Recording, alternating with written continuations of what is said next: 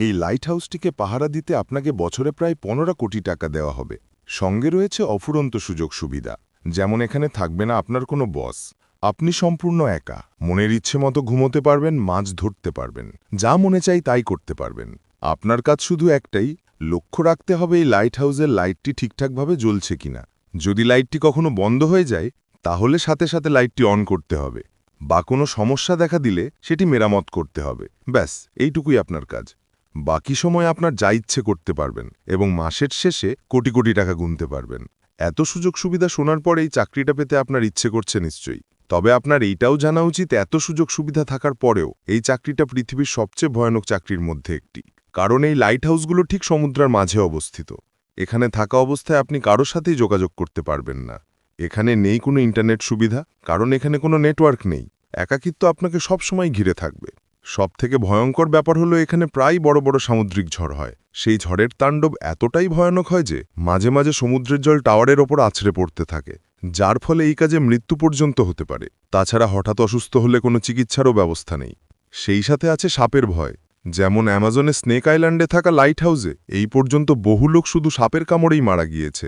এখন সবার মনে হয়তো একটি প্রশ্ন ঘুরপাক খাচ্ছে, সেটি হলো এই লাইট হাউস কেন সমুদ্রের মাঝেই তৈরি করা হয়েছে? এর কাজই বাকি, আর কেনই বা এই লাইটের প্রতি সবসময় নজর রাখতে হয়, আর কেনই বা এই লাইট কখনো বন্ধ করা যায় না?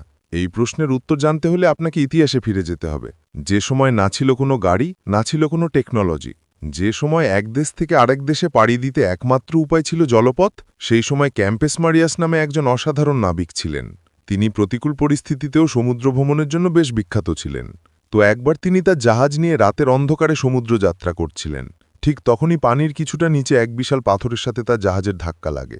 আর তখনকার যুগে প্রতিটি জাহাজ তৈরি করা হতো কাঠের মাধ্যমে, তাই খুব সহজেই তাদের জাহাজের তলায় ফাটল ধরে এবং জল ঢুকতে শুরু করে। তবে সময় মতো ক্যাম্পেস মারিয়াস ও তার সঙ্গীরা মিলে দক্ষতার সাথে জাহাজের ফাটল সারিয়ে তোলে। এই দুর্ঘটনার পর ক্যাম্পেস মারিয়াসের একটি সমাধান খুঁজতে থাকেন। তিনি এমন কিছু তৈরি করতে চাইছিলেন যেটা দূর থেকে দেখেই নাবিকটা সতর্ক হতে পারবে। আর এরকম পাথরখণ্ড সমুদ্রের বিভিন্ন জায়গাতে ছড়িয়ে ছিটিয়ে আছে, যেগুলো কিছু কিছু জোয়ারের সময় দেখা যায় না, তবে ভাটার সময় ভেসে ওঠে। সেই সময় এই পাথরে ধাক্কা লাগে অনেক জাহাজ ডুবে যেত বা ক্ষতিগ্রস্ত হতো। তারপরের সমাধান বের করেন মিশরের রাজা টলেমি। তার বাণিজ্যিক এরিয়াতে যেখানে যেখানে এমন পাথরখণ্ড ছিল, সেখানে তিনি উঁচু উঁচু দুর্গ নির্মাণের সিদ্ধান্ত নেন, এবং সেই দুর্গের ওপর থাকবে আলো, যেটা দেখে নাবিকরা দূর থেকেই সতর্ক হতে পারবে। এরপরেই মূলত লাইট হাউস তৈরির যাত্রা শুরু হয়। যেহেতু সেই সময় বাতি আবিষ্কার হয়নি, তাই তখন লাইট হাউসের মাথায় সবসময় আগুন জ্বালিয়ে রাখা হতো। ব্যবহার করা হতো প্রচুর পরিমাণে কয়লা ও তেল। তবে বর্তমানে সেই লাইট হাউসগুলোতে উন্নত লাইটের ব্যবহার করা হয়, যার ঝলকানি অনেক দূর থেকেই দেখা যায়। এখন আরেকটি প্রশ্ন হলো, সমুদ্রের মাঝেই পাথরগুলো কোথা থেকে আসলো? এগুলো মূলত সমুদ্রের তলদেশে আগ্নেয়গিরি থেকে লাভা বের হতে হতে উঁচু হয়ে চড়ের মতো তৈরি হয়, এবং একটা সময় সেই লাভা ঠান্ডা হয়ে পাথরে রূপান্তর হয়। আর ঠিক একইভাবে তৈরি হয় সমুদ্রের মাঝে দ্বীপ।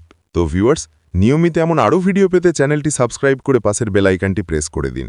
আর এই মুহূর্তে ভিডিওটি যদি আপনি দেখছেন, তাহলে অবশ্যই পেজটিতে লাইক অথবা ফলো দিয়ে রাখুন।